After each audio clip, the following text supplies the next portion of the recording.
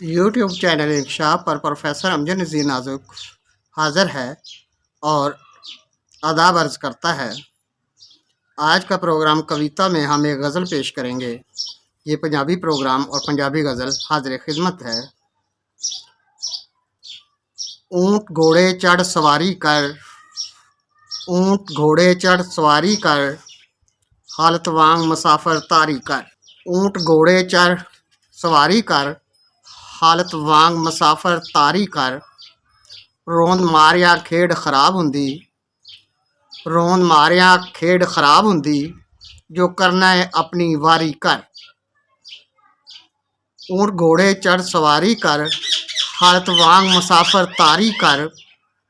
रोंद मारिया खेड खराब हुंदी, जो करना है अपनी वारी कर। धुप्पे सड़ छावां देंदे ने, धुप्पे सड़ छावां देंदे ने, रुख वल कदे ना आरी कर। धुप्पे सड़ छावां देंदे ने, रुखां वल कदे ना आरी कर। कि टुकवी टुकवी करना है, कि टुकवी टुकवी करना है, गल अद्धी नहीं तू सारी कर। कि टुकवी टुकवी करना है, गल अद्धी नहीं तू सारी कर। जे तू जीना चाहता है, जे तू जीना चाहता है, उठ मरण दी कुछ तैयारी कर। जे तू जीना चाहता है, उठ मरण दी कुछ तैयारी कर।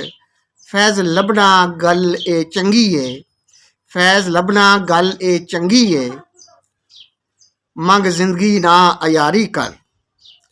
फैज़ लभना गल ए चंगी है, मंग जिंदगी ना अयारी कर। सुच्चा रह के जीना जीना है, सुच्चा रह के जीना जीना है, कोई फैज़ दा चश्मा जारी कर। फैज़ लभना गल ए चंगी है, मंग जिंदगी ना अयारी कर। सुच्चा रह के जीना जीना है, कोई फैज़ दा चश्मा जारी कर। तोबा कर ले फतवे बाजी तो, तोबा कर ले फतवे बाजी तो, ध्यान वल सहीफे कारी कर। तोबा कर ले फतवे बाजी तो, ध्यान वल सहीफे कारी कर। क्यों हर वेले रुसिया रहिंदा है, क्यों हर वेले रुसिया रहिंदा है, गल मिठी जही करारी कर। क्यों हर वेले रुसिया रहिंदा है, गल मिठी जही करारी कर। रट यार यार दी लाई है, रट यार यार दी लाई है, कोई पक्की भी ते यारी कर। रट यार यार दी लाई है, कोई पक्की भी ते यारी कर। असी जिंद जान हासा सवारांगे, असी जिंद जान हासा सवारांगे, तू हाँ ते एक वारी कर। असी जिंद जान हासा सवारांगे, तू हाँ ते एक वारी कर। ऊँट घोड़े चढ़ सवारी कर, हालत वांग मुसाफिर तारी कर। क्यों हर वेले रुसिया रहिंदा है, गल मिठी जही करारी कर। रट यार यार दी लाई है, कोई पक्की भी ते यारी कर। असी जिंद जान हासा सवारांगे, तू हाँ ते एक वारी कर।